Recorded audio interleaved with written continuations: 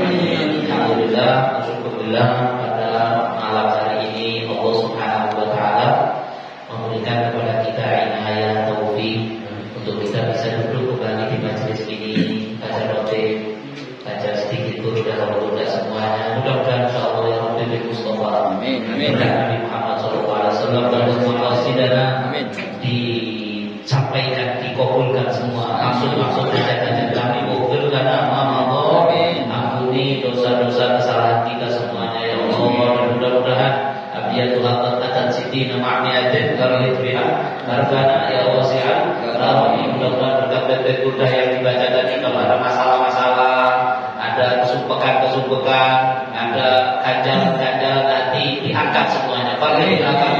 Angkat ya Allah semua kesusahan kami ya Allah. Wa tubina wa bi'abdika fitari innalahu sabran mata takuhul ahwalu yang hasimi. Dan kita minta ya Allah, tolong ya Allah kepada kami yang orang akhir zaman ini, kami ini di lembuti aja, jangan dikasih musibah yang berat-berat. Itu artinya dikasih yang enak-enak di dunia, kita bisa inayah taufik ibadah, jangan diuji yang berat-berat ya Allah. Kenapa? Soalnya kita ini sabarnya itu tipis ya. Kalau kena masalah besar goyang ya Allah, kalau kena masalah besar goyang. Jadi kuat tak kuat, sabar dulu, jangan diuji yang berat-berat ya Rabb ya Rabb ya Rabb ya Rabbal alamin. Alhamdulillah. Salam lagi para asatidz khusus Ustaz Fakhrurazim, insyaallah sahabat saya Profesor Mahfuz, dulu para asatidz, saya tidak bisa menyebutkan namanya satu persatu, seluruh hadirin yang dimuliakan Allah Subhanahu wa taala. Untuk menyingkat waktu, kita lanjutkan apa yang kita bahas daripada kitab Risalatul Jami'ah karya Imam Habib Ahmad bin Zaid Al-Habsyi, yang mana kita sekarang masih dalam pembahasan ma'asil ain, maksiat mata. Ya, sebagaimana sebelumnya, memang ini pembahasan besarnya adalah ma'asil jawarih, maksiat anggota badan, yang mana sebelumnya sudah dibahas tentang maksiat hati, sudah selesai. Sekarang maksiat anggota badan sudah sampai di maksiat mata. Bahkan di pertemuan minggu yang lalu sudah dibahas masalah maksiat mata secara global, dan juga poin pertama yaitu an-nadhar ila nisa al-ajnabiyah, melihat kepada perempuan ajnabi, yaitu perempuan yang bukan istri dan juga bukan mahram. Sudah panjang lebar kita bahas di minggu yang lalu. Mudah-mudahan insyaallah setelah minggu lalu itu maksiat mata kita sudah tidak lagi, atau bahkan berkurang. Kalaupun berkurang, kalau masih ada sedikit, dan tobat lagi kepada Allah Subhanahu wa taala. Terus jangan pernah merasa putus asa dari ampunan Allah.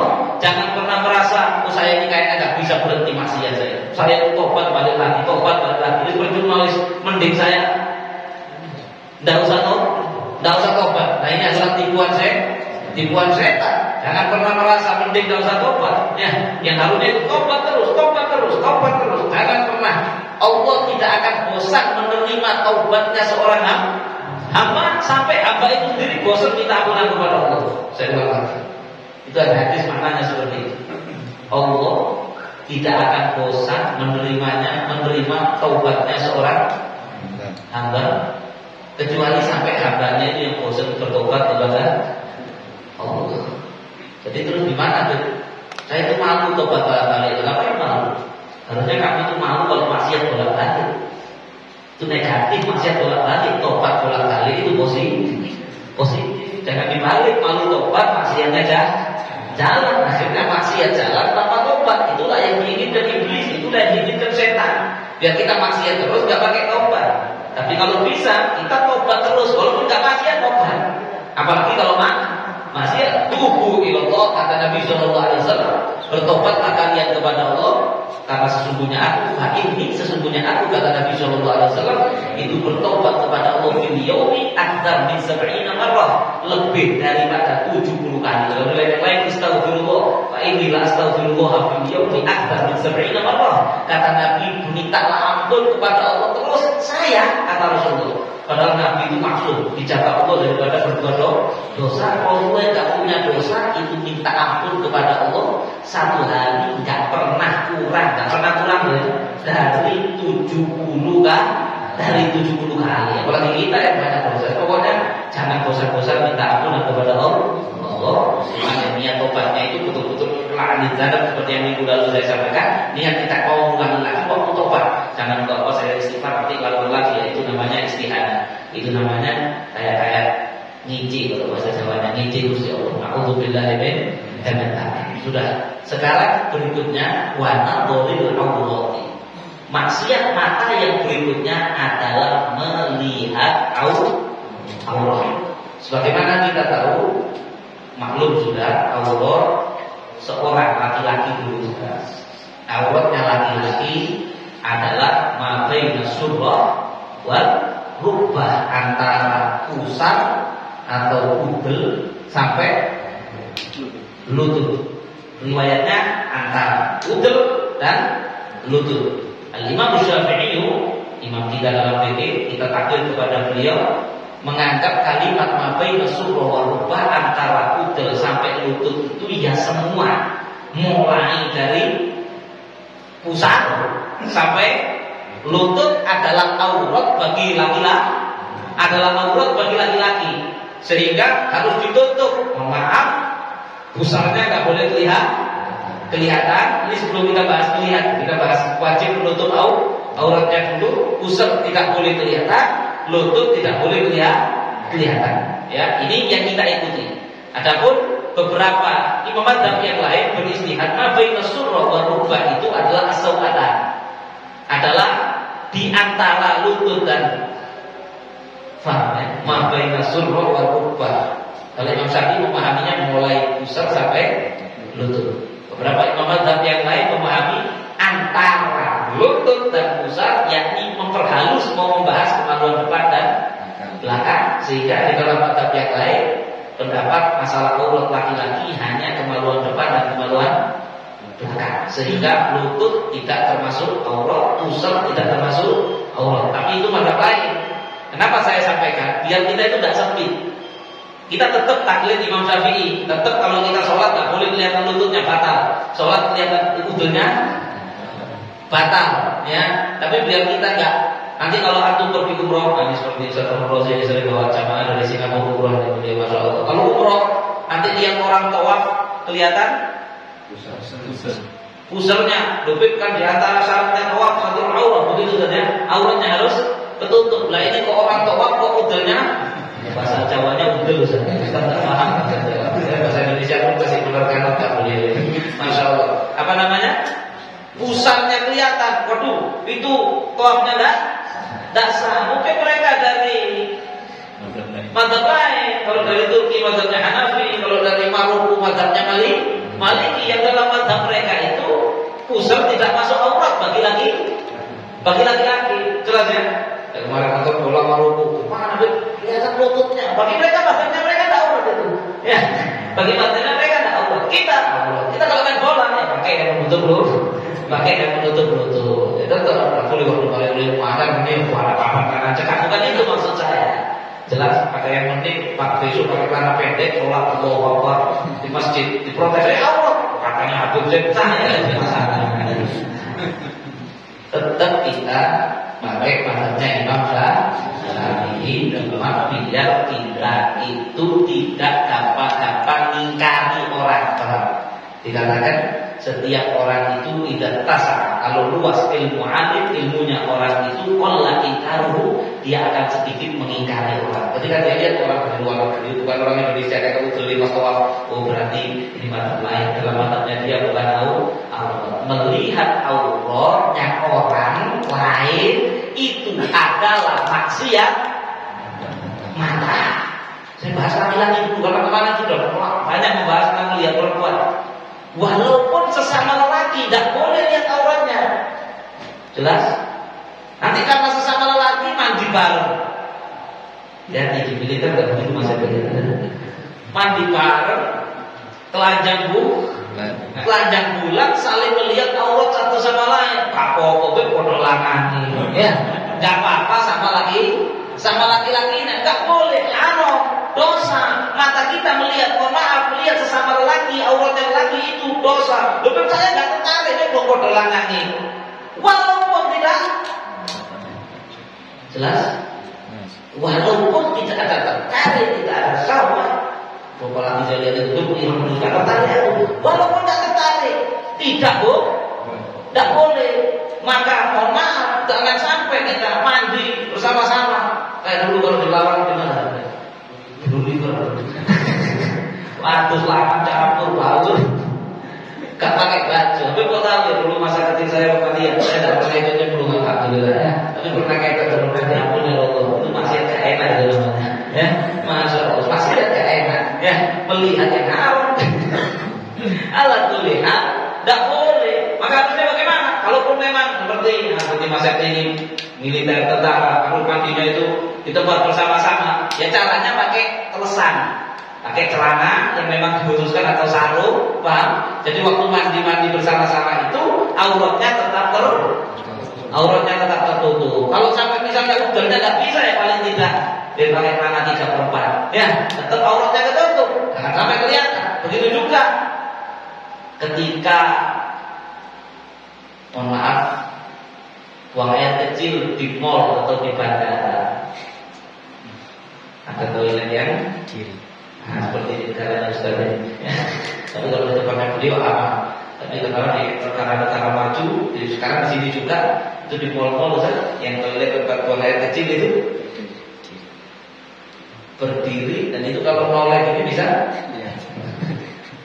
ngelihat. Ada bilang jangan tolak-tolak, satu jangan tolak-tolak, kamu juga jangan kencing di situ. Kalau kamu nggak noleh tapi kamu ditoleh, dilihat oleh sebelah tidak boleh. Dan itu kemarin sempat kita bahas kan, termasuk penyebab orang disiksa di kubur paling banyak gara-gara la yastatir minal baul, tidak menutup ketika dirinya sedang, tidak menutup aurat ketika sedang kencing. Kata Sayyidina Salman Al-Farisi, Sayyidina Salman Al-Farisi sahabat luar biasa radhiyallahu ta'ala anhu, beliau mengatakan la amutu wa ahya wa amutu wa ahya wa amutu wa ahya.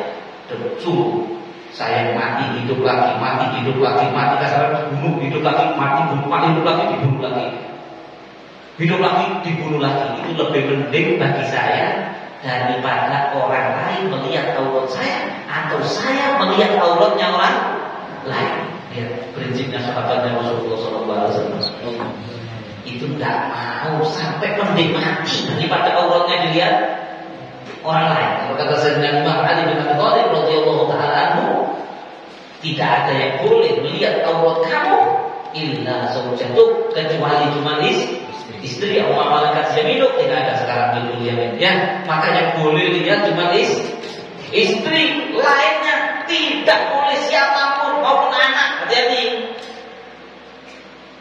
Karena punya anak sudah dewasa, anaknya lagi mandi, anaknya SMP, terus bapaknya masuk ke kamar mandi ngambil sabun, anaknya telanjang, laki, bapaknya laki, anaknya laki, boleh nggak?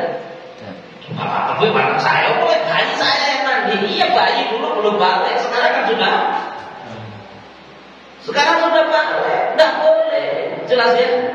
Maka tidak boleh, termasuk maaf. Ini saya ceritakan kasus-kasus. Ada orang gila lari di pinggir jalan nggak pakai pakaian, telanjang, bulat. Orang gila dia nggak dosa. Oh dia rufi al-qalam. Orang gila itu rufi al-qalam. Ini kolam pena diangkat, nggak ditulis. Mau ngapain kita sama Allah? Nggak ditulis. Dia nggak waras. Allah itu adil. Nggak mungkin kalau orang gila ditulis dosa ya dolim Allah sama hambanya. Dan walaysallahu bidzallamin lil abid. Allah tidak mungkin dolim kepada apa? Cuma kita yang waras. Kalau ada orang gila nggak pakai pakaian, itu akan dilihat. Sebenarnya gila dia panas. Iya benar. Lihat itu, apa yang dilihat auratnya? Itu maksiat mata haram, jelas. Dan barang siapa kata Nabi Sallallahu Alaihi Wasallam, orang tidak diampuni Allah, yang memenuhi matanya dengan pandangan yang haram, maka kalau tidak diampuni dosanya belum tobat akan dipenuhi matanya dengan api neraka. Cuma jahanam buat yang hadis bahasa Arabnya intinya malah air adalah bilham haram. Siapa yang memenuhi matanya melihat yang haram bisa dijadikan oleh Allah nanti matanya dinyos sama api neraka. Dan kalau perempuan tak lihat ini ternyata haramnya bukan sama perempuan, kalau lihat auratnya lelaki yang nggak enak, makanya nggak diinginkan nafsunya, tapi karena nggak ngaji nih tadi, ya karena nggak karena nggak ngaji ini tadi. Kemudian kadang kalau kita check up atau apa harus dilihat bagaimana. Segala sesuatu itu kalau darurat hukumnya bagaimana. Ya. Ada orang sakit, maaf sakit, harus dilihat dicek dokter di bagian auratnya, boleh nggak? Boleh. Ya nggak boleh itu. Ya kalau nggak darurat, kalau itu kan darurat. Ada yang fanatik nggak mau dilihat, dokternya bilang Pak saya kalau nggak lihat ya nggak tahu sakitnya gimana. Nah maka dalam hal seperti ini boleh. Si dokter melihat boleh, dan kalian membuka aurat di depan dokter itu hukumnya boleh karena darurat tubuh darurat, yang darurat memperbolehkan yang tidak boleh. Jadi Islam itu sebenarnya perlu solusi, tidak apa. Apa kata Allah, yuridu bikumul yusra wala yuridu bikumul usra. Allah menginginkan kemudahan atas kalian. Agama tidak untuk mempelosoro, mempersulit kalian, tidak. Ingin mempermudah kalian. Jangan sampai agama itu nanti waktu sampai sakit aja dokter nggak boleh lihat atau nggak boleh. Kalau untuk berobat boleh. Kalau untuk lain tidak boleh. Maka dari itu sampai dulu diceritakan Sayyidina Imam Ali bin Abi Thalib radhiyallahu ta'ala anhu, itu daripada beliau menjaga matanya tidak mau lihat auratnya orang, sampai terkenal beliau itu pernah satu kali perang. Ketika perang musuhnya jatuh mau ditebas sama beliau, musuhnya ini tahu, dibuka, mohon maaf, celananya musuhnya ini dibuka sendiri sama dia, diprolot diri. Ketika dibuka celananya, Sayyidina Ali langsung berpaling, gak jadi disikat. Gak jadi ditebas. Maka heran yang lain, kenapa? Saya tahu Ali bin Abi Thalib itu menjaga matanya dari auratnya orang. Makanya ketika saya sudah kepepet, lihat bagaimana sampai dalam keadaan seperti itu Imam Ali bin Abi Thalib menjaga pandangan. Sampai di antaranya beliau digelari karramallahu wajhahu, Allah memuliakan wajahnya. Ada dua pendapat, yang satu dikatakan beliau tidak pernah nyembah berhala, yang satu dikatakan beliau ini tiba kepada Nabi tidak pernah lihat auratnya siapapun, walaupun auratnya istrinya atau auratnya sendiri. Jadi kalau mulai tiba ya luar biasa. Jadi Sayyidina Imam Ali bin Abi Thalib, begitu juga Rasulullah SAW, itu tidak mau melihat auratnya sendiri karena memang makruh. Walaupun auratnya sendiri tidak sampai haram itu bisa makruh. Anak-anak berjual diri ngapain? Ya, ngapain? Lalu terus gimana? Kan nggak harus dilihat. Sayyidina Ali nggak pernah melihat. Ya, pokoknya nggak lihat. Ya nggak melihat. Bisa kok kalau kita mau sebenarnya. Ya pada bisa. Nggak pernah melihat. Dan bahkan aurat istri yang melihat sebagai maksudnya aurat yang intinya itu kemaluan nggak pernah melihat. Ya kumpul sama istrinya dia memang punya anak. Bukan sama istri halal. Akan tetapi tidak melihat. Dan kata Sayyidah Aisyah radhiyallahu ta'ala anha, kata Sayyidah Aisyah, saya tidak pernah melihat farja Rasulullah sallallahu alaihi wasallam. Sayyidah Aisyah mengatakan saya tidak pernah melihat kemaluan Rasulullah sallallahu alaihi wasallam padahal istrinya. Dan saya tidak pernah lihat Rasulullah nggak pakai pakaian kecuali satu kali, kata Sayyidah Aisyah. Bayangkan suami istri ini suami istri, dan terus gimana? Ya itu kan sunnahnya Nabi itu. Kalau kumpul suami istri itu di dalam selimut, dibuka pakaiannya di dalam selimut. Kata Sayyidah Aisyah kecuali satu kali, yaitu waktu Rasulullah sedang bersama saya. Kata Sayyidah Aisyah di dalam selimut. Kemudian saya lupa itu Nabi mendengar ulangnya Ja'far, kalau saya lupa intinya kabar gembira. Saking gembiranya Rasulullah itu biasanya pakaiannya dipakai di dalam selimut. Waktu itu lupa berdiri, ya Rasulullah SAW berdiri, langsung ambil pakaian, pakai langsung gak lama. Itu dia masak ribet. Itu saya tanya, saya istrinya loh. Istrinya. Nah ini bab istimewa. Kalau saya ambil Allah saya kelihatan istri saya, tidak apa-apa, tidak dosa. Ya, tidak dosa. Tapi melihat kemaluannya istri, hukumnya bagaimana? Sebagian ulama mengatakan makruh, sebagian mengatakan boleh. Ya nggak sampai haram. Tapi kalau dihindari lebih baik. Dihindari lebih baik. Kami melihat auratnya laki-laki dulu, sesama laki-laki aurat tidak boleh. Haram mutlak, maksiat nyata. Begitu juga melihat auratnya perempuan. Kalau tadi auratnya laki-laki antara pusar sampai lutut, sekarang auratnya perempuan sampai mana?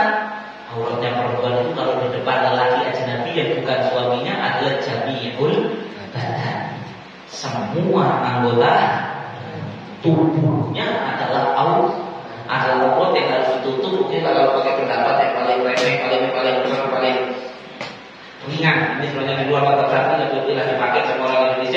siwa kecuali wajah berkafain,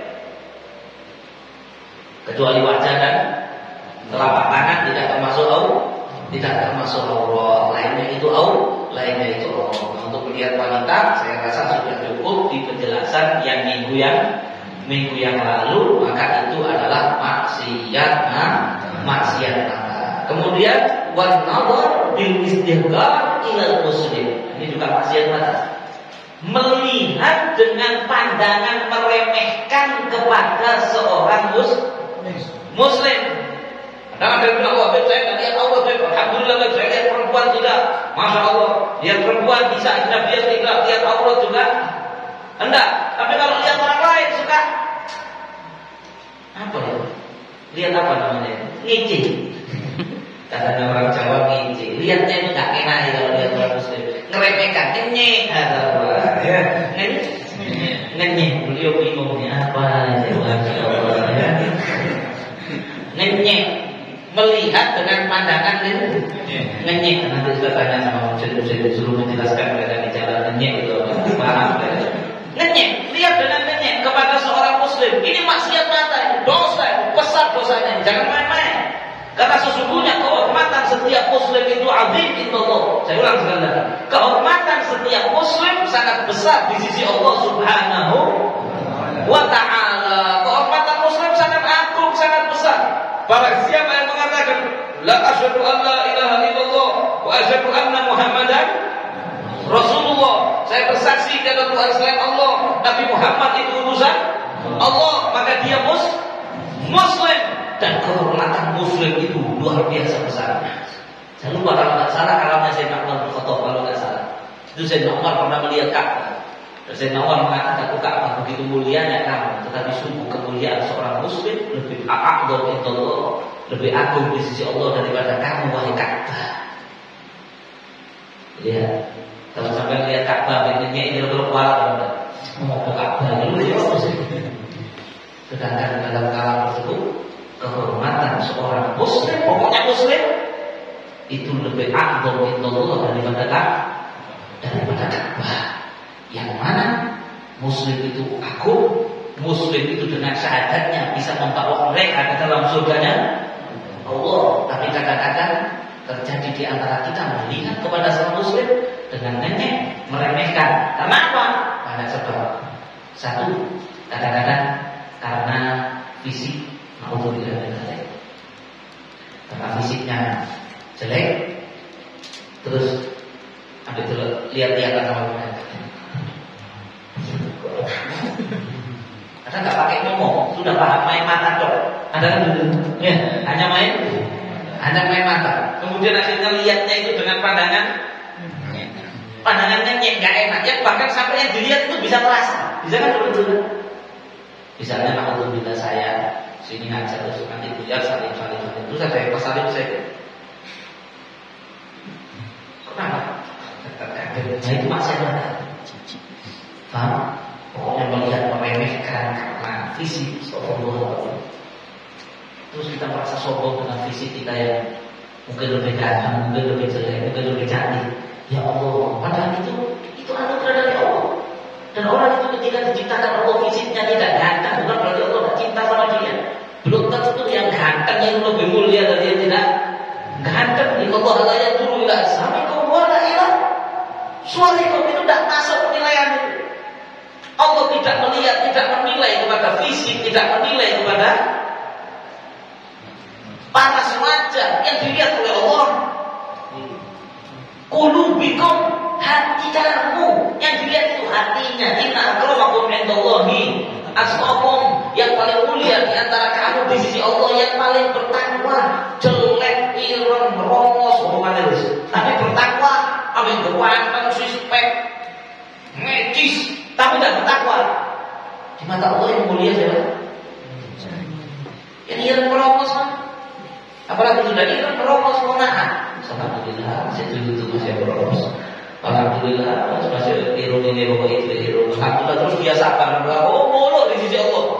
Sedangkan yang ganteng tadi kemudian dan sombong, rasanya ganteng. Kemudian kalau lihat kepada yang tidak ganteng dengan pandangan meremehkan. Ya Allah, ini jatuh. Mantap-mantap kabar. Wallahu Siapa yang merasa dirinya wow, dijatuhkan. Kita sudah bahas dulu di bab sombong. Hati-hati jangan sampai melihat seseorang dengan pandangan meremeh, dengan istihqar meremehkan orang. Maupun itu karena fisiknya, apalagi lihat orang cacat terus meremehkan, ini kurang ajar sekali. Ada orang nggak sempurna, terus dia lihat dengan pandangan meremehkan. Padahal orang itu dilahirkan seperti itu, tidak sempurna, diuji oleh Allah, diberi cobaan oleh Allah. Yang mana bisa jadi gara-gara pandangan kamu yang meremehkan, kamu bakal diuji dengan ujian yang sama. Anakmu, na'udzubillah min dzalik.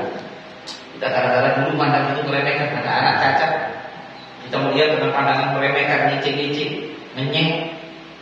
Gimana kalau sama Allah dibalik itu jatuh nanti ke anak? Ya bukan berarti yang punya anak begitu jelek, enggak. Kalau sabar pun ya di sisi Allah Subhanahu wa ta'ala. Pokoknya kita itu melihat muslim harus dengan pandangan takbir. Gimana?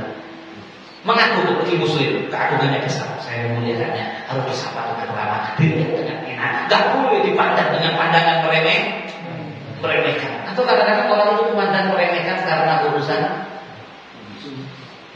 apa ya? Fulus. Kalau orang fulus, orang kaya, baru melihatnya begini. Assalamualaikum, masya Allah. Begitu orang katanya, sekolah nanti begini. Dan terlihatnya kaya enak. Ya Allah, mudah-mudahan tak ada kita yang seperti ini. Padahal yang kita tak punya tadi itu muslim. Dan muslim yang tak punya kemudian sabar, itu double-double kemuliaannya di sisi Allah. Harusnya kita harus lebih cinta. Dan bahkan Rasulullah SAW bahkan berfukara, Nabi SAW cinta sama orang-orang tak punya. Bahkan Nabi menyambut orang fakir lebih spesial daripada menyambut orang yang kaya. Karena Rasulullah SAW. Pernah waktu itu Nabi duduk di masjid, Nabi ngajar nih. Nah, suasananya mirip ini, full. Ini kalau tempatnya kecil ya. Ini besar full. Terus ada satu orang ini kaya, muslim, kaya, bajunya branded dari saya ini, ya, merek. Dia masuk cari tempat duduk, gak nemu full. Bila ada satu tempat kosong, itu sebelahnya satu orang sahabat Nabi juga fakir, saking fakirnya itu bajunya dari kain suf. Suf itu goni lawas yang bukan plastik, itu enggak ya, coklat warna, kayak karung-karung zaman dahulu. Itu zaman dulu itu kain itu mahal. Kalau orang nggak bisa beli kain, bisanya beli itu, bajunya dari itu bajunya Fugoro. Makanya dibilang sufi itu banyak dari kain sufi itu tadi. Ya, orang sufi, orang yang nggak mau dunia akhirat tok, mereka pakai kain sufi, makanya dibilang sufi. Ya, makanya sufi timbul tasawuf semua dari itu. Sufi itu tadi. Ala kuliah, ada orang pakai sufi. Yo, nggak mungkin modis membayangkan kain itu dipakai baju, bahkan dia untuk gatel gitu. Tapi bagaimana nggak mampu dia beli yang kain bagus? Yang ini tadi kaya pakai branded. Maka tidak ada tempat kosong. Kecuali sebelahnya yang tak mampu itu tadi dipakai itu. Maka ketika dia duduk, bajunya itu, gamisnya si yang kaya itu disingkap begini, dijaga sambil dia lihat. Jadi mana? Sambil lihat. Rasulullah melihat. Itu dikatakan Rasulullah kan sabar, Rasulullah sabar, tak senyum ya kan. Tapi dalam hal seperti ini, tidak Nabi marah Rasulullah. Ibarat ceramah itu berhenti, Nabi ngajar itu berhenti. Kemudian Nabi ngomong, marahin langsung di depan banyak jalan Rasulullah itu. Kenapa? Kamu kok begini?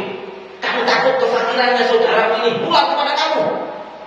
Yang namanya begitu juga kan Nabi itu merotak ini orang ini. Ya, langsung dibilang, ya Rasulullah, saya minta maaf, ya Rasulullah, saya minta maaf, ya Rasulullah, tolong dimaafkan saya, ya Rasulullah, separuh kekayaan saya kasih ke saudara saya ini, ya Rasulullah.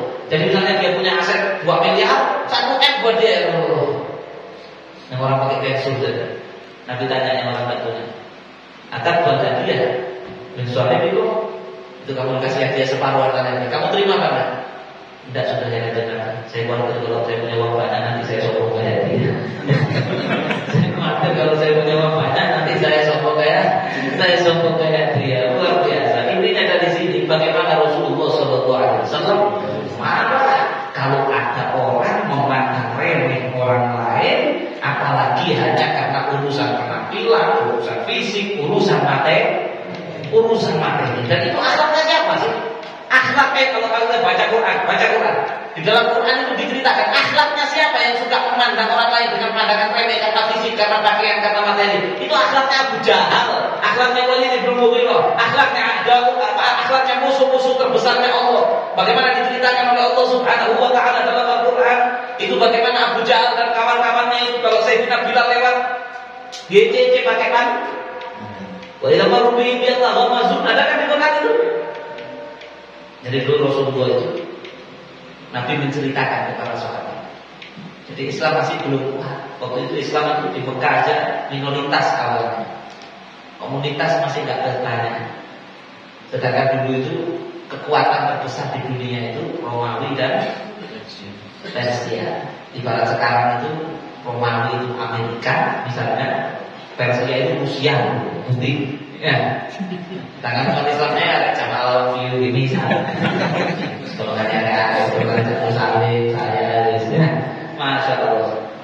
Terus misalnya saya Rasulullah yang misalnya, saya ngomong nanti Allah akan menundukkan Amerika dan Rusia untuk kita bakal bisa kalahkan Amerika dan Rusia. Jadi itu Nabi bilang Romawi dan Persia. Omongan ini nyampe ke golongannya Abu Jahal. Ketika golongannya Abu Jahal mendengar ini, terus mereka lagi duduk-duduk, Sayyidina Bilal lewat. Sayyidina Bilal fisiknya tidak ganteng. Ya, Sayyidina Bilal itu orang Afrika dan orang Arab dulu itu rasis. Makanya kita nggak boleh rasis. Ya, orang Arab dulu jahiliyah itu rasis. Orang Barat lebih rasis lagi. Jadi jangan dipikir cuma orang Arab jahiliyah rasis, orang Prancis lebih rasis, orang Inggris zaman dulu lebih rasis ya. Rasis itu memandang rasa dia lebih hebat dari rasa yang lain. Putih, white dan black itu beda. Orang putih itu mulia, hitam itu rendahan. Arab jahiliyah juga begitu dulu. Dianggap orang-orang hitam itu budak-budak. Kita orang-orang Arab putih-putih yang begini, yang begini coklat. Orang Arab putih-putih yang coklat. Pokoknya Arab tuan, Iran budak, rendahan, nggak level. Arab jahiliyah begitu. Ini dirubah oleh Rasulullah SAW. Jadi sebelum bangsa Eropa, bangsa Barat teriak-teriak hilangkan rasisme, hilangkan rasis, itu pertama kali menghilangkan rasis siapa? Rasulullah SAW. Soalnya umat mereka waktu umat Islam sudah tidak memandang meremehkan orang karena ras. Zamannya Rasulullah di Eropa masih rasis-rasisnya. Beratus-ratus tahun setelah itu masih rasis-rasisnya di Eropa. Jadi kalaupun orang Eropa kemudian mempunyai gagasan menyamaratakan orang, ya tidak pandang dari warna kulitnya, itu melok-melok umat Islam. Paham? Ikut-ikut umat Islam yang punya gagasan dan pemikiran itu jauh sebelum mereka memahami itu. Bahkan Rasulullah SAW bersabda, "La fadla li ahmar ala aswad wa la li arabi ala ajami illa bi taqwallah. Kullu min Adam wa Adam min turab." Kata Nabi SAW, tidak ada bedanya orang itu dari bangsa warnanya kulitnya. La ala fadla li aswad ala ahmar. Orang itu kulitnya hitam merah hijau ada yang kulitnya hijau. Bulu. Kulitnya hijau, mau kulitnya hijau, mau bangsa Arab, mau bukan Arab, mau kayak saya ini keturunan Arab atau sama yang Jawa atau beliau orang Singapura keturunan Bawean atau misalnya keturunan India, keturunan Madura, Mas Ali misalnya, ya Mas Dani keturunan mana? Asli Malang, ya, masya Allah. Ini tidak ada bedanya di mata Allah Subhanahu Wa Taala. Mas Hasan keturunan Banjar misalnya, ya sama. Di mata Allah nggak ada bedanya. Mau Arab, India, China, Bule, ini tidak ada bedanya. Kulitnya merah, putih, kuning, hijau, di langit. Ya, di mata Allah semuanya sama. Illa bittaqwallah. Kata Nabi yang bedakan itu mulia tidak mulianya orang, takwanya kepada Allah, ketaatannya kepada Allah. Kullu min Adam, kata Nabi. Semua bangsa, suku dan ras dari Nabi Adam. Wa Adam min turab. Nabi Adam dari tanah. Dan Sayyidina Bilal itu yang tidak ganteng, bukan yang gila. Alhamdulillah, saya kalau menghina Sayyidina Bilal, saya bisa masuk surga. Sayyidina Bilal sahabat Nabi yang sangat mulia. Sayyidina Bilal yang tidak ganteng dan tidak kaya. Rasulullah mendengar, kata Nabi, saya mendengar suara sandalnya Bilal sudah ada di surga. Radhiyallahu taala. Mudah-mudahan kita nanti ketemu Sayyidina Bilal salim. Kayak kalau ketemu di surga sudah tanggung tangan. Kenapa? Solehnya, takwanya, surga ini Rasulullah, sahabatnya Rasulullah sallallahu alaihi wasallam, muhadzinnya Rasulullah sallallahu alaihi wasallam. Kata Abu Lahab, tunggu ada dulu dari sini Ramadan dan tafsir surat Al-Lahab. Abu Lahab itu karena Bani Hashim itu ganteng-ganteng. Bu sampai generasi ini tidak pada tafsirul hadan istri saya dulu yang asik generasi atas ya itu Bani Hashim itu tidak ada yang ganteng. Ya kan Rasulullah itu bin Muhammad bin Abdullah bin Abdul Muthalib bin Hashim ini keluarga terkenal akan semuanya. Nah ada yang gantengnya itu loh jarang malam kok gantengnya. Nah karena Abu Lahab itu ya Bani Hashim, maka Abu Lahab itu ganteng, keren, orang yang mecis, ganteng, suki. Tapi di mana teman? Di mana kalau tak baca Abu Lahab dia ganteng, mecis, saya suspek misalnya Abu Lahab ya. Ganteng, suki, suspek, orang keturunan terhormat, orang Hashim, tidak tertakwa, tidak beriman, masuk neraka. Saya tidak bilang ganteng enggak, kaya enggak, keturunan orang terhormat, maka nasabnya enggak tahu. Dan Bilal itu ditanya nasabnya bin Robah, bocah lagi enggak tahu. Bapak saya budak dari Afrika dibawa ke sini, enggak tahu nasabnya, bukan keturunan orang terhormat, tapi karena mukmin, iman, dia sama Rasulullah, cintanya luar biasa, amal solehnya luar biasa, tinggi derajatnya di sisi Allah. Bahkan kalau di negara yang Ustaz Fakhrul Razi di Singapura dan di Malaysia itu setiap muadzin itu namanya Bilal. Di sini juga Imam Bilal. Tapi kalau di Malaysia di Singapura itu orangnya itu di mana-mana dipanggil Bilal. Bilal, sama Bilal. Jadi banyak Bilal. Padahal Bilal itu nama, bukan muadzin bukan azan. Bilal itu namanya orang. Saking hebatnya Sayyidina Bilal, walaupun tidak ganteng dan tidak kaya, sampai setiap muadzin dikenali dengan Bilal. Ya Tuhan Bilal. Ada sampai teman-teman saya di Malaysia itu Bilal. Saya nggak tahu namanya, coba saya tahu. Ini Bilal masjid sana, ini Bilal masjid sana. Tapi Bilal, masya Allah, radhiyallahu taala. Udah kembali ke ceritanya Sayyidina Bilal. Sayyidina Bilal jalan. Ketika Sayyidina Bilal sedang jalan, golongannya Abu Jahal lagi duduk-duduk, maka dilihat dengan pandangan ini. Diejek dengan pandangan sambil ketip-ketip nonton tadi. Sampai Abu Jahal mengatakan, ini loh. Yang katanya mau naklukkan Romawi dan Persia, yang model begini nih, ngeremehkan kenyek. Yang model begini, model Afrika model ini, mau menaklukkan Romawi dan Persia sambil pandangan mereka menghina. Ya Allah, sampai Allah menurunkan ayat tentang hal itu dan Allah menyatakan akan balas. Ya Allah, saya tidak bilang sakit hati. Yang namanya manusia, dingin begitu sakit hati, maka didinginkan. Saking cintanya Allah ke Sayyidina Bilal, didinginkan hatinya Sayyidina Bilal, diturunkan beberapa ayat yang menyatakan nanti kalian bilang kamu bakal balas, kamu bakal duduk di surga di tempat yang enak. Kamu melihat orang-orang yang melihat kamu nyenyek tadi disiksa oleh lebih parah, kamu lihat nonton sebagai hiburan. Jadi nanti di sana itu nobarnya itu bukan nobar Argentina versus Prancis ya. Di surga itu nanti nobar melihat karangan-karangan ini disiksa untuk bertanya budak, orang boleh yang budak di dunia itu disiksa oleh Allah. Itu nanti orang dari surga melihat dan tidak ada rasa tega, nggak ada, dihilangkan oleh Allah Subhanahu Wa Taala. Ya karena mereka kebacut. Kayak Abu Jahal itu saya walaupun nggak tahu orangnya, kalau dia disiksa saya tega. Kenapa? Karena melihat bagaimana dulu jahatnya sama Rasulullah Sallallahu Alaihi Wasallam. Ya, maka nanti orang-orang Muslim akan duduk di satu tempat yang mulia di surga dan melihat mereka yang dulu menyek dan mengetawakan disiksa di neraka menderita, dan orang-orang Muslim waktu itu tersenyum dan tertawa. Jadi hati-hati, jangan sampai melihat orang lain dengan pandangan meremehkan.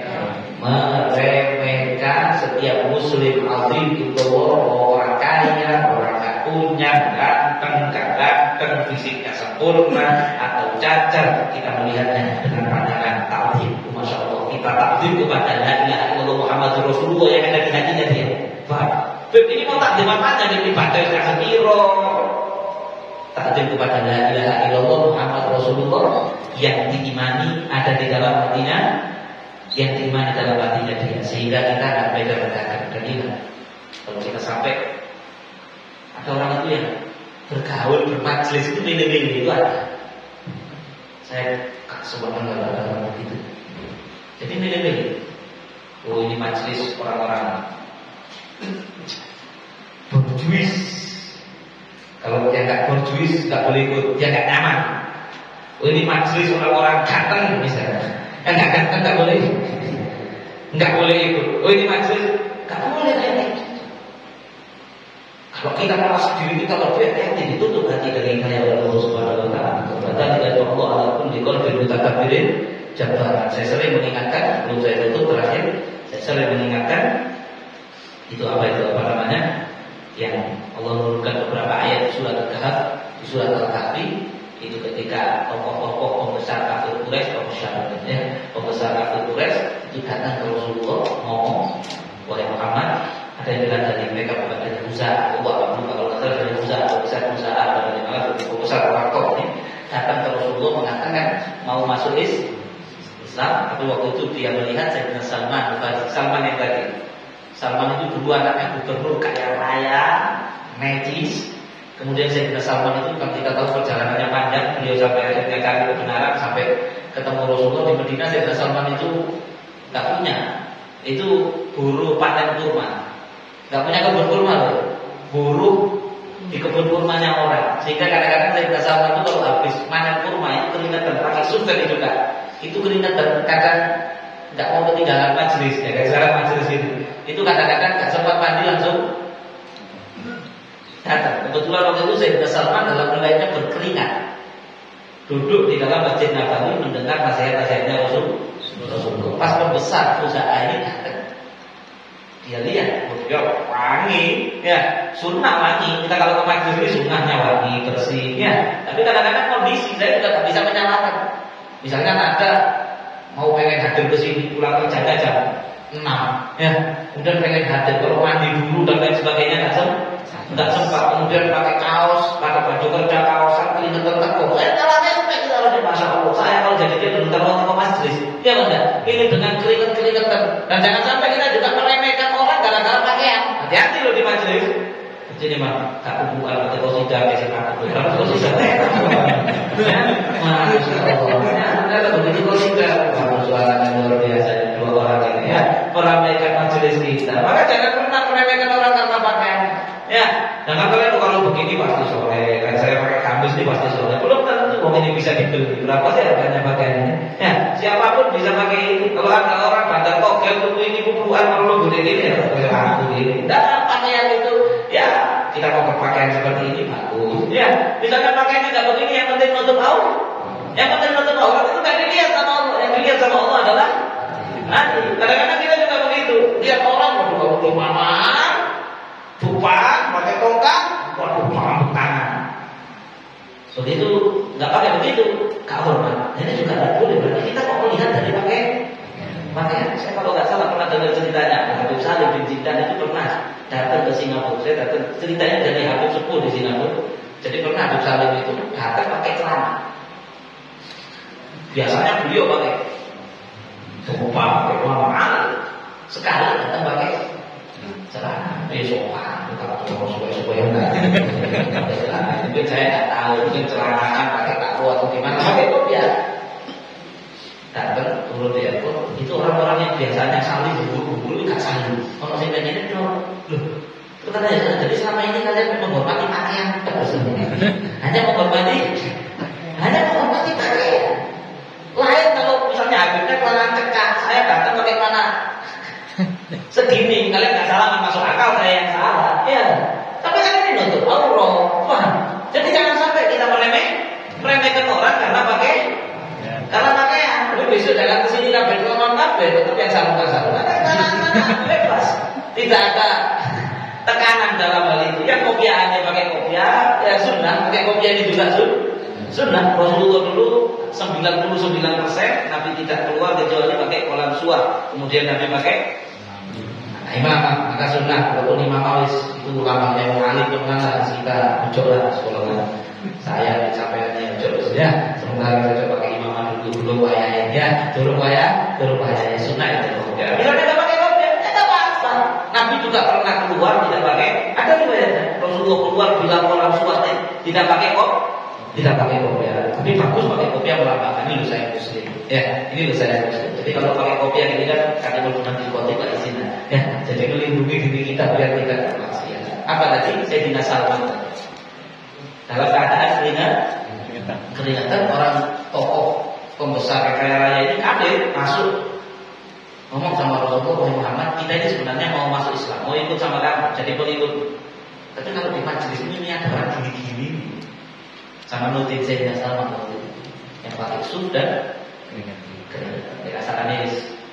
Mungkin kalau sekarang orang yang cocok bangunan sih kelamin kulit bukan ya, kemudian duduk di majelis, kemudian kalau ada orang gini-gini nih, ya kita nggak mau ya Muhammad, keluarkan mereka dari majelis ya Muhammad, maka kami masuk Islam. Itu Rasulullah sempat goyang bukan karena apa? Karena Nabi mikir orang-orang ini kalau masuk Islam nanti pengikutnya. Nabi mengharapkan keislaman mereka, bukan karena Nabi itu kemaruk pengikut banyak, enggak. Nabi itu harisun alaikum bil mu'minina raufur rahim. Jadi akhirnya itu kelas antara harisun alaikum dengan bil mu'minin raufur rahim. Harisun alaikum, Nabi itu ingin agar orang-orang itu masuk surga lalu masuk Islam, biar tidak masuk neraka. Tapi Nabi itu cinta kepada mukminin yang pada cerita sama. Bingung Rasulullah.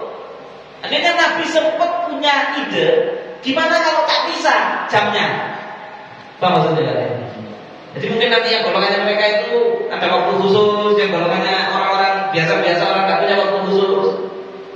Tapi kita tahu sama Allah dan diberi jawaban oleh Allah Subhanahu wa Ta'ala di dalam surat Al-Kahfi. Tadi saya sudah ingat walau tuti apalah berdoa di dunia wa sebelumnya wasbir nafsaka ma'al ladina wasbir nafsaka ma'al ladina yad'una rabbahum bil ghadati wal 'ashiyyi yuriduna wajha wa la ta'du aynaka anhum turidu zinatal hayatid dunya ya dan seterusnya. Wasbir nafsaka, kata jawaban Allah, wasbir nafsaka wahai Muhammad, sabarkan jiwa dengan wasbir nafsaka ma'al ladina yad'una rabbahum, kepada orang-orang yang berdoa kepada Tuhan mereka yuriduna wajha, hanya mengharap ridhonya Allah. Mudah-mudahan saya kena sambang kita. Wala ta'tu ainaka, kamu tidak usah noleh kepada orang-orang yang tadi nyarap dalam syarat kalau mau kami masuk Islam, kalau orang-orang ini kamu keluarkan, mereka itu hanya menginginkan zina hayat di dunia, hanya tergila-gila dengan perhiasan kehidupan dunia. Dan karena kamu ingin menaati mereka, Muhammad, mereka orang-orang yang kami lalaikan hatinya. Ya, dan terakhirnya wakana amruhu furudh, kamu cakap berdiomen, kamu cakap beryakur, kata Allah, kalau kau beriman, tidak mau, katakan. Lihat bagaimana Allah murka kepada orang yang melihat dengan pandangan meremehkan kepada seorang muslim karena harta, pakaian dan lain sebagainya. Terakhir biar tak nyantol, ini satu blok sudah saya katakan, wan nadhar ila baitil ghaib ya wan nadhari baitil ghaib bi ghairi idnih. Maksud mata yang terakhir adalah saya terangkan baca melihat rumahnya orang tanpa izin, maksudnya cowok-cowok. Kita datang bertamu ke rumahnya orang, nggak ada orangnya, pintunya buka atau jendelanya buka, kemudian kita injek-injek assalamualaikum, atau kita masuk tanpa izin. Allah berfirman, ya ayyuhalladzina amanu la tadkhulu buyutan ghayra buyutikum hatta tasta'nisu wa tusallimu ala ahliha. Kata Allah, hai orang-orang beriman, jangan kamu masuk ke dalam rumah yang bukan rumah kalian kecuali kalian itu izin dan memberi salam. Assalamualaikum, langsung masuk itu bukan izin namanya. Assalamualaikum, walaupun pintunya buka, jangan masuk. Paham? Assalamualaikum, nunggu jawaban. Sekali lagi, assalamualaikum, nunggu jawaban. Sekali lagi, assalamualaikum, 3 kali tidak ada jawaban, kalian cek. Idza sta'dana ahadukum salam, kalau kalian izin salam 3 kali kok enggak dijawab, ulang. Terus orangnya ada di jalan, mungkin masih lagi nggak mau diganggu, ya kan? Mungkin lagi kesempatan mesra sama istrinya pok nyisul kan begitu, ya. Maka nggak dijawab salam kamu, jangan terus, terus kamu tidur orangnya, udah kan? Wajar cek pulang, paham? 3 kali salah, tidak diizinkan, nggak dijawab, pergi. Itu perintahnya Rasulullah SAW. Dijawab, Waalaikumsalam, mau masuk, atau tunggu sebentar ya. Kalau kalian nyiapkan di dalam, tunggu. Tapi kalau kamu tidak izin langsung masuk atau cumuk-cumuk, nah ini banyak sih. Banyak ada sini Ustaz. Nanti ada tingkat dia orang begini. Ini maksiat apa? Haram. Jelas? Kenapa? Innama ju'ilal istidzan min ajril basar. Kata Nabi SAW, dijadikan wajib kalau Allah izin mau masuk rumahnya orang karena ada mata. Karena dalam rumah itu mungkin ada istrinya, ada putrinya. Betul apa enggak? Yang di dalam rumah istri dan putri ya kan dibakar terus. Ya, walaupun istri saya kan dalam rumah tidak pakai jilbab, ya kan? Putri misalnya putri kita sudah dewasa nggak pakai jilbab, bahkan mungkin pakai celana pendek, boleh-boleh saja. Bahkan keluar kamar mandi pakai handuk saja kadang-kadang. Kalau kita terobos terus kelihatan istrinya, walaupun nggak kelihatan istrinya haram, apalagi kelihatan. Bahkan kata Nabi SAW, seandainya orang yang cukup-cukup itu dari tanpa izin atau masuk tanpa izin, itu matanya dicokel sama tuan rumah. Misalnya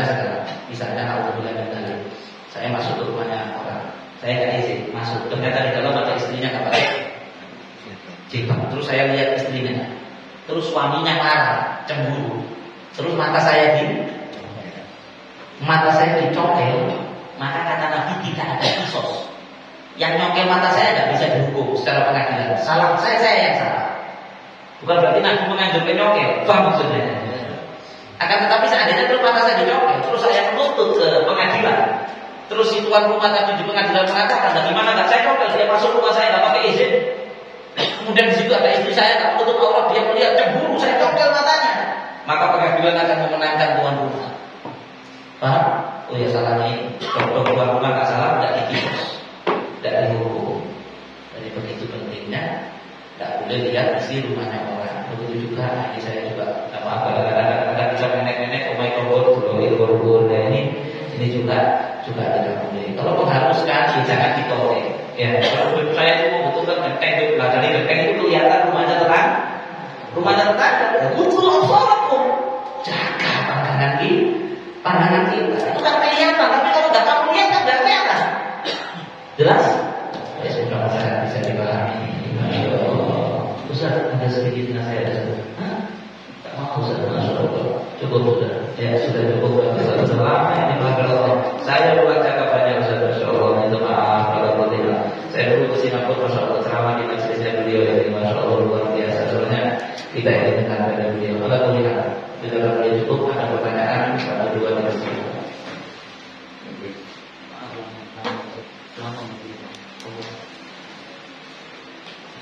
Masalah menyinggung tadi tidak.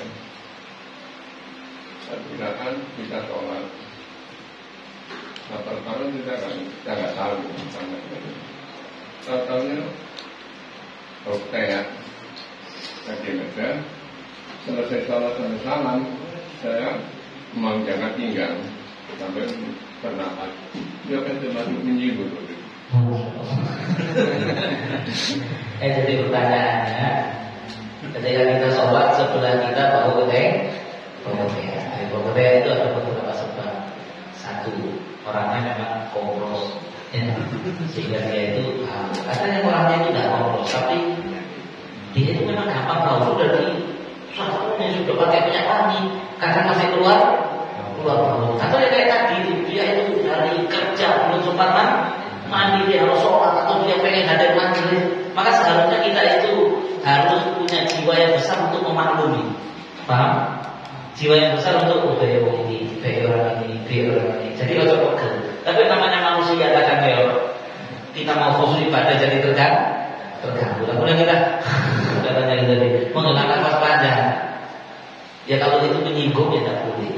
Kalau orang itu akhirnya bisa menyebabkan jadi tersinggung itu tidak boleh. Kalau memang ingin mengingatkan secara baik, Atau misalnya dikasih surat kalah. Biasanya dia deodoran yang banyak, ya. Masya Allah dikirimkan ke rumahnya paket, ya, isinya deodoran, minyak wangi dan lain-lain. Ada tulisan tolong ini dipakai kalau masjid. Pertanda titik-titik yang peduli kepada perhatian kepada Allah. Indah ya seperti itu, ya. Daripada kita kayak gitu tadi. Atau kalau kita emang ya cukup kita pendam di dalam hati, dan kita doakan orangnya itu besok kalau masjid tidak tahu lagi, ya. Sudah. Ada pertanyaan lain? Sudah habis. Hukumnya mengambil foto atau video seseorang tanpa izin atau ridhonya. Pertanyaan berat tapi luar biasa ini, ya. Sama sekarang fenomena sekarang ini, hukum memfoto atau mengambil video seseorang tanpa seizinnya, hukumnya bagaimana? Gimana? Nanti kita bahas dulu. Tapi intinya sebenarnya tidak boleh, kecuali kalau yang ulima itu bisa dipastikan orangnya itu tidak apa-apa. Misalnya kayak di sini tadi campur video saya, ya, saya tepat ini di video Padani sudah izin masuk, ya, Padani sudah izin. Misalnya ada jamaah nggak izin, saya difoto, dikirim ke komputer, ya, itu mulai pengajiannya kan begitu, ya. Itu walaupun tidak izin tidak apa-apa, karena ya mereka tahu, itu nggak apa-apa, nggak masalah, paham? Ya, kecuali kalau saya bermasalah ketika difoto sampai lagu, boleh tidak kira-kira sama Habib saya difoto, maka ya sebaiknya izin. Kalau saya sudah tidak mengizinkan tetap difoto, tidak boleh. Jelas ini bagi kita yang sesama laki. Kalau perempuan tidak boleh. Jelas. Kalau perempuan kalau diizinkan tidak boleh naik. Kecuali dalam darurat untuk foto KTP, foto ini mungkin boleh. Sekarang kalian teman-teman malah ada lumayan kalau di sebenarnya orang yang status subhanallah indahnya cita. Kalau jelas, kalau dan itu orangnya kalau tahu marah, iya benar. Apalagi perempuan itu orang yang jaga, dia sendiri nggak pernah ngupload foto. Dan perempuan yang solihah itu tidak upload foto di media sosial, betul apa tidak? Perempuan yang solihah nggak mau upload fotonya di medsos, taruh di status, di profil WA, nggak mau, ya. Masya Allah, saya bukan muji, saya dulu nikah sama istri saya, profil WA-nya istri saya itu, si gambarnya mau sih nggak di foto tuh, sampai saya protes, saya mau foto tahu jadi gambar nggak sebondol itu, ya. Bang, yang masih awal baru daftar nggak ada. Mending kalau dikasih tulisan hadis ada opo, ini enggak kosong.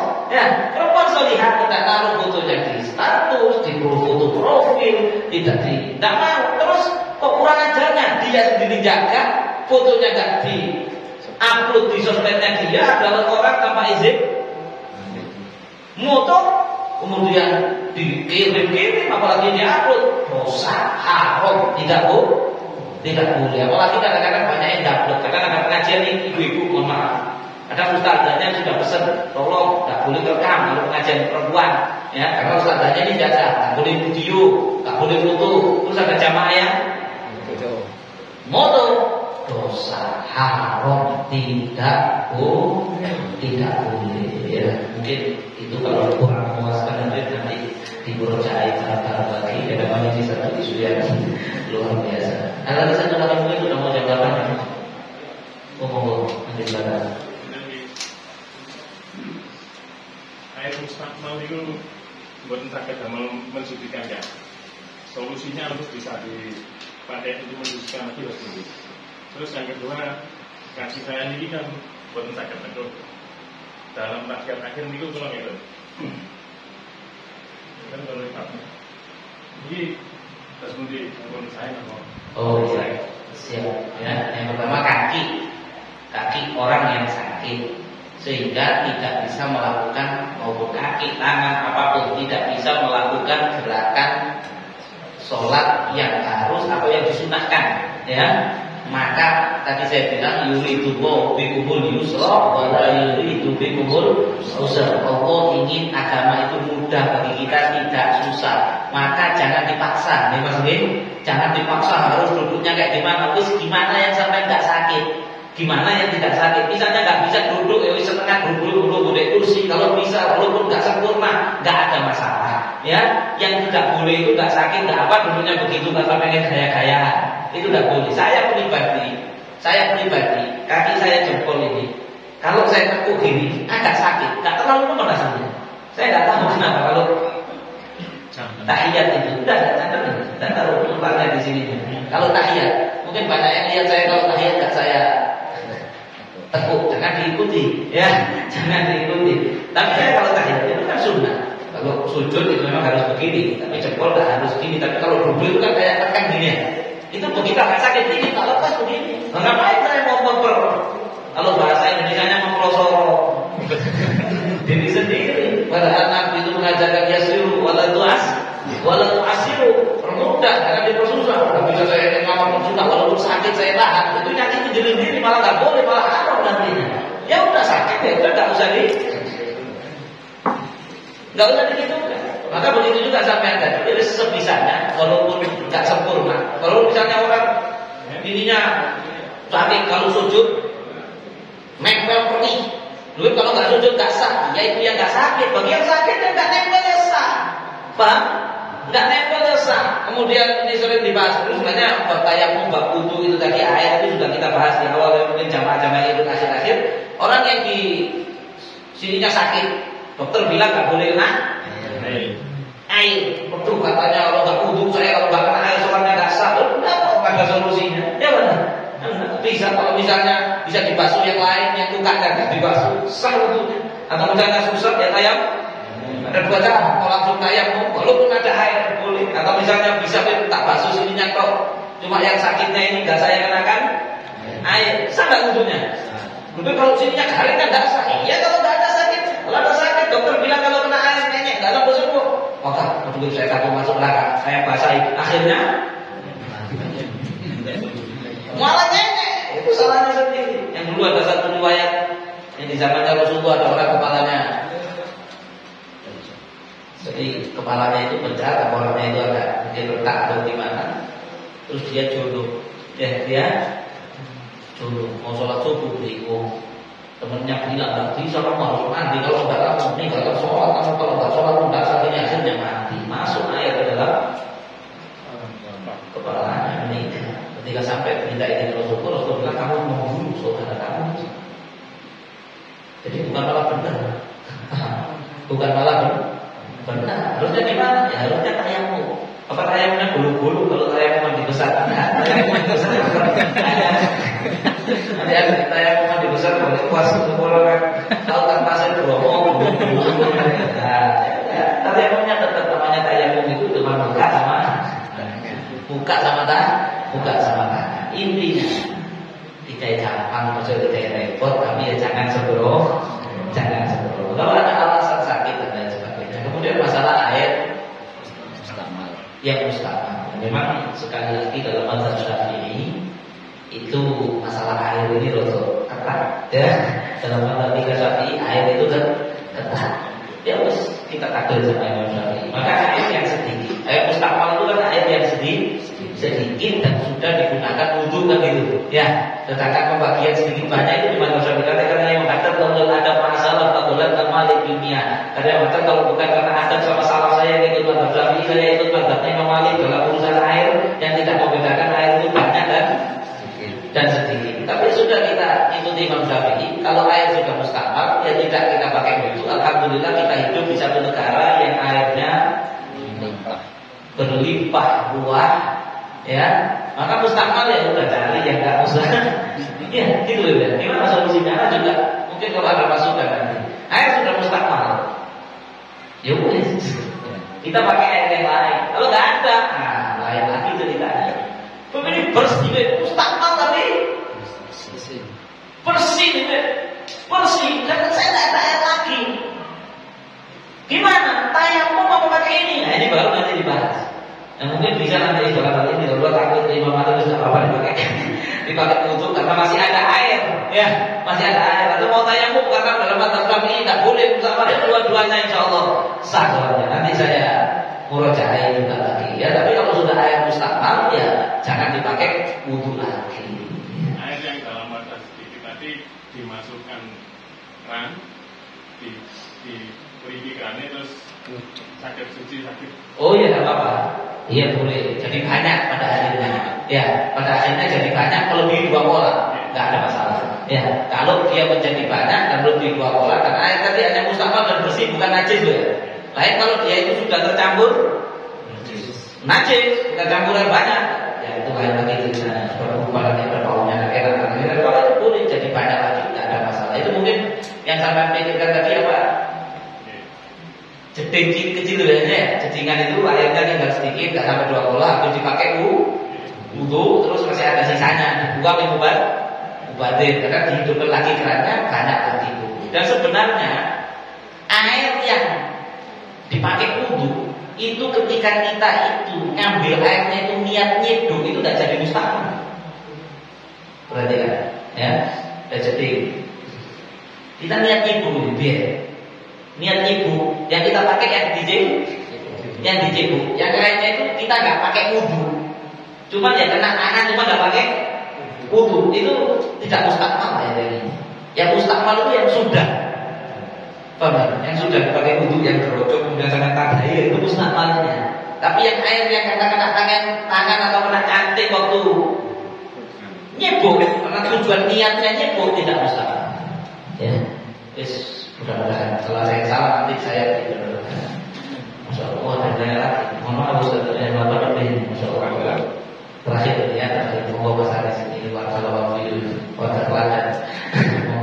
Tetangga orang tua saya di Melin itu ada Nasrani, anaknya, ibunya Islam.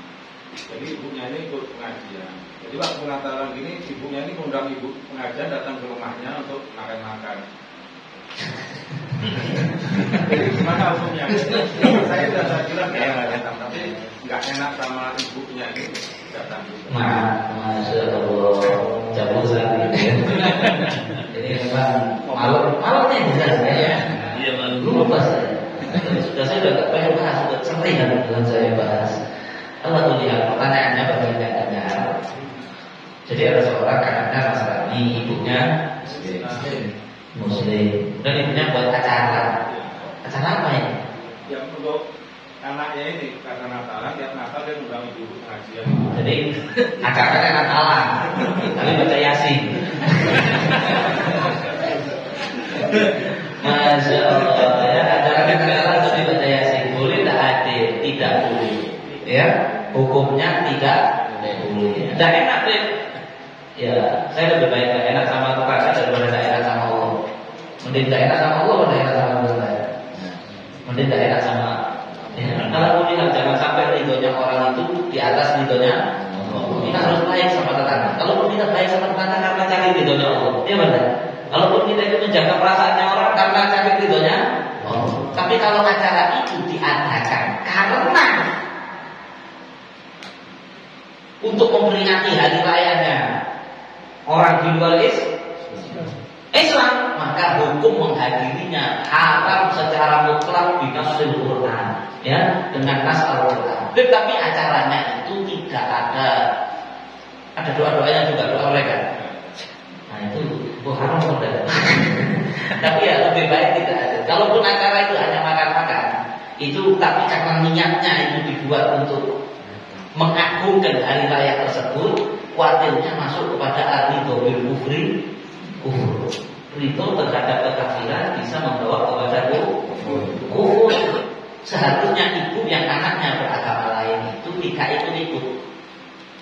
Oh kamu loyo, bahkan ibunya dalam hati tidak ridho. Harusnya ibu saya tidak ridho, kamu beragama itu sebenarnya saya tidak ridho. Kamu harusnya iman kepada Allah, masuk agamanya Allah, agama Islam. Tapi dipaksa tidak boleh ya, ketika dia dengan lainnya dia sudah lakum dinukum.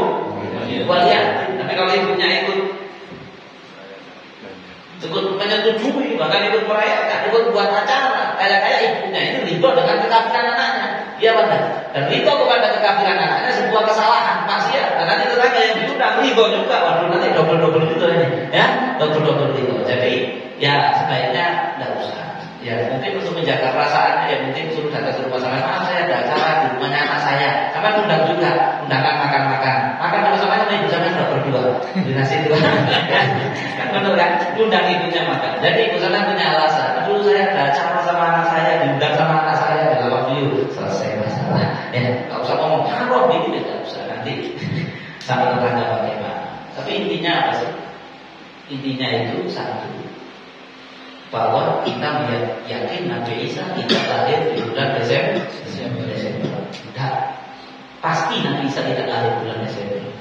Kenapa saya katakan pasti? Karena di surah Al-Maryam dijelaskan Siti Maryam waktu mau melahirkan sama Allah disuruh bahus di ilaihi bijidin nakhlati tusaqit alaihi rutuban janiyah. Ini tahun lalu sudah saya bahas di sini kalau tidak salah. Wahai Maryam, hentak-hentakkanlah punggungmu kepada pohon kurma, maka akan jatuh untuk kurma-kurma muda. Ya, dan kamu bisa memakannya. Dan itu kejadian di Palestina. Dan sekarang kalau sampai pergi ke Palestina, kesan tidak ada kurma. Bulan Desember tidak ada. Oh, ini musim dingin, ya saudara. Musim dingin, kurma itu rutok, itu menjelang musim panas. Maka waktu itu Nabi Isa itu tidak lahir di musim-musim seperti ini. Jadi Nabi Isa dalam keyakinan kita tidak lahir saat ini ataupun hari ini. Yang kedua, mereka itu meyakini bahwa Nabi Isa lahir sebagai anak Tuhan dan juga diyakini sebagai Tuhan, kan begitu? Ya, sedangkan Allah menyatakan Nabi Isa bukan anak Tuhan, apalagi Tuhan, dan Allah menunjukkan mana Allah Subhanahu Wa Taala dalam Al-Quran marah. Bahkan sampai Allah mengatakan gunung bergetar ketika mereka mengatakan Allah punya anak. Kita meyakini Allah itu lam yalid wa lam yulad. Allah itu tidak punya anak, Allah itu ahad, Allah itu satu, tidak ada Tuhan selain Allah. Ini prinsip asas kita. Maka dalam hal ini kita nggak bisa bertolak ansur, nggak bisa nyanyi, nggak bisa. Ya, kita nggak ridho kalau ada orang yang kemudian mengatakan Nabi Isa itu anaknya Tuhan atau Nabi Isa Tuhan. Kita nggak ridho, tapi kita toleransi. Lakum dinukum walian. Bukunya rumah saya di sini. Di sini juga ada perayaan itu ya. Saya nggak ganggu. Ya, saya nggak ewek. Kita bubarkan anda kan? Nggak, sudah biarkan. Itu mereka dengan keyakinan mereka, kita dengan keyakinan kita, tapi kita nggak mau melakukan sesuatu yang mendukung. Jangan kan begitu. Menerima hadiah itu, kata Imam Ghazali, hukumnya makanannya haram. Misalnya sampai dikasih kiriman makanan dari acara itu tadi. Gini ya, dikasih tetangga non muslim makanan itu boleh dimakan. Saya makan. Saya pernah dikasih tetangga saya di sini non muslim dikasih makanan nasi kuning. Dan saya tahu itu pesan sama orang yang tukang cateringnya itu saya kenal orang pengajian, masya Allah. Ya, dia pesan orang catering. Tapi yang kasih hadiah ini non muslim, saya makan. Selagi itu hadiah biasa. Tapi kalau pas tanggal begini saya nggak makan. Kalau mereka niatnya ngasih karena merayakan selamatannya, selamatannya hari raya ini, maka kata Imam Ghazali dalam kitab Syifa Ta'rif Bil Mustafa, hukum makan hadiah pemberian makanan dari orang muslim ketika dalam rangka hari raya mereka hukumnya haram. Terus gimana Pak? Yang kasih kata yang diterima ya makasih ya makasih, tapi nanti jangan dimakan. Nah itu padahal kita ke rumah, apalagi kita datang makan, ikut makan. Nah ini pendapat saya. Nanti kalau ada jawabannya lain ya saya menghargai perbedaan pendapat dalam hal ini. Tapi kalau tanya ke saya ya jawabannya seperti itu. Cukup, insya Allah. Sudah terlalu lebih. Singkat aja singkat. Hanya satu. Ya. Ya seperti mohon maaf sebelumnya. Seperti saudara kita di hari-hari Natal ini, sepertinya mohon maaf ya. Seperti saudara kita kan jangan nyebut merek ya, di sini nggak boleh nyebut merek. Peraturannya di sini tidak boleh nyebut merek. Oke, masalah hukum menjaga orang muslim yang sedang beribadah. Kalau dia itu sifatnya aparatur pemerintahan yang memang ditugaskan oleh atasannya untuk menjaga seperti ada kepolisian, hukumnya boleh. Ya, hukumnya boleh menjaga di luar, tidak boleh ikut di dalam. Kalau aparat kepolisian memang tugasnya jaga keamanan negara ini, maka misalnya masjid sholat di Joko, oke lah, mereka ditugaskan menjaga di depannya gereja, oke, no comment, silakan. Ya, tapi kalau ormas, wah, ormas Islam biasanya juga pengajian. Jangan, nggak perlu, gak guna. Tapi di situ loh gak berguna. Gak manfaat, membahayakan akidah. Karena tidak manfaat. Ngapain? Jangan pengajian sebenarnya penting kalau kadu di Bang Joko. Mohon maaf, jadi berdoanya nggak baik. Ya Allah, pada akhirnya apa sih, terlihat orang Islam kayak gitu, benar kan? Ya. Tapi kalau saya ada teman polisi jaga atau dari militer jaga, saya nggak apa-apa. Kalau memang itu tugas negara, kan masalahnya gitu. Ini urusan kenegaraan. Tapi kalau ormas, apa tujuannya? Jangan. Dan itu sudah dibahas di bab masalah macam-macam. Haram hukumnya tidak boleh. Dan termasuk melihat, toh itu loh. Kalau sampai bahas melihat, nanti ada maju sampai lihat. Kata Al-Imam Syekh Abdul Qadir Al-Jailani, sama yang akan Syekh Abdul Qadir Al-Jailani, itu lihat tempat ibadahnya mereka delok, itu makruh. Kalau bisa coba delok. Lihat sekumpulan mereka sedang beribadah, itu kalau bisa jangan dilihat. Nanti kok tambah dogo gitu loh. Terus nanti setiap orang yang masuk, silakan menyembah Allah, silakan menyembah kepada silakan menyembah kepada selain Allah. Ya, bahkan kalau kita tahunya tadi malam dengan ngaji, kalau kita tahunya Syekh Abdul Qadir Jailani itu malah menganjurkan kalau kita lihat kanisa Ubi'ah, kita melihat tempat ibadah mereka, kemudian kita melihat rombongan orang-orang yang mau beribadah di agama lain menyembah kepada selain Allah, itu kita dianjurkan baca, ya, baca bahwasanya asyhadu an la ilaha illallah wahdahu la syarika lah. Kita dianjurkan baca. Katakanlah aku bersaksi bahwa tiada Tuhan selain Allah, tidak ada sekutu bagi Allah, tidak ada yang boleh disembah kepada selain Allah. Itu ngomong gitu, jadi ada satu pengingkaran di dalam hati, walaupun wajib toleransi, tidak boleh ganggu. Sekali lagi tidak boleh mengganggu. Jadi ya sudah. Ya, dan insya Allah saya berhubungan kepada umat Islam khususnya di Lawang ini. Insya Allah tidak ada yang ingin ganggu, insya Allah. Ya, ada yang ganggu. Saya pernah ngomong, gangguan orang ibadah umat lain ibadah pernah? Tidak pernah. Khususnya kalian yang ngaji sama para habaib di Lawang ini, ada satu habaib yang nyuruh begitu? Tidak ada kan? Tidak ada kan? Dari dulu di Lawang ini. Di Lawang ini kecamatan paling banyak gerejanya. Ada yang pernah acaranya pecah? Banyak habaib, banyak kiai di sininya pada banyak jamaah pengajian. Kalau jamaah pengajiannya itu radikal kemudian dia boleh tangkap serang, jadi suruh bukan keren. Iya mas. Tapi alhamdulillah sampai sekarang yang tingkat dia aman-aman saja.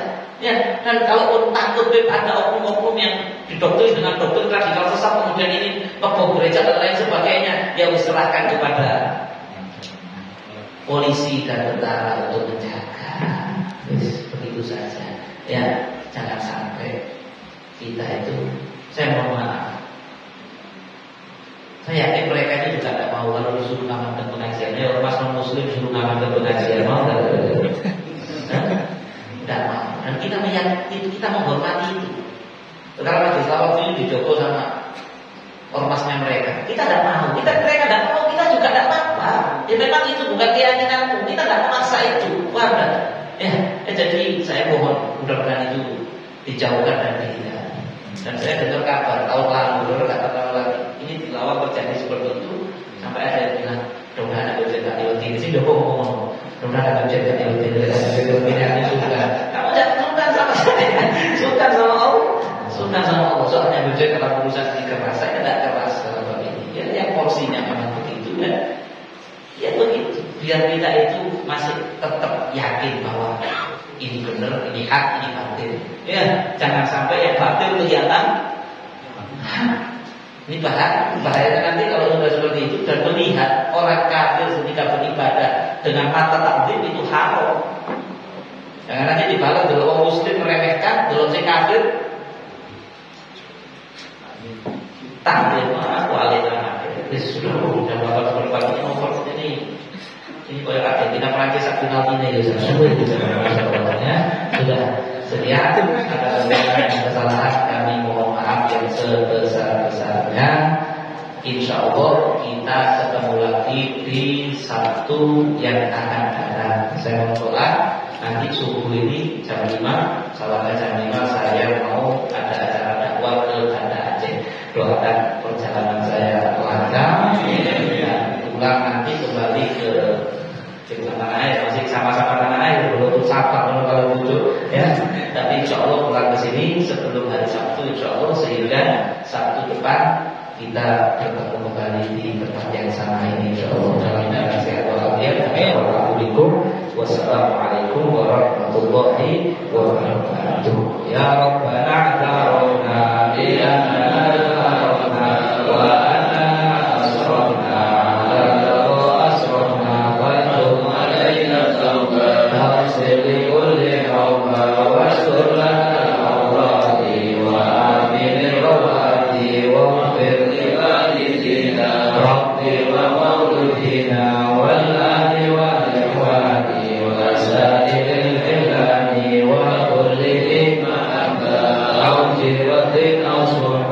والمسلمين أجمعين آمين يا رب اسمع فضلا يتمنى لا باحتساب منا بالمصطفى رسولي نحظى بكل سرور صلى وسلم ربي عليه أجل حبي وآله وصحبه على تخصيص ربي والحمد لله في البدء والتالي.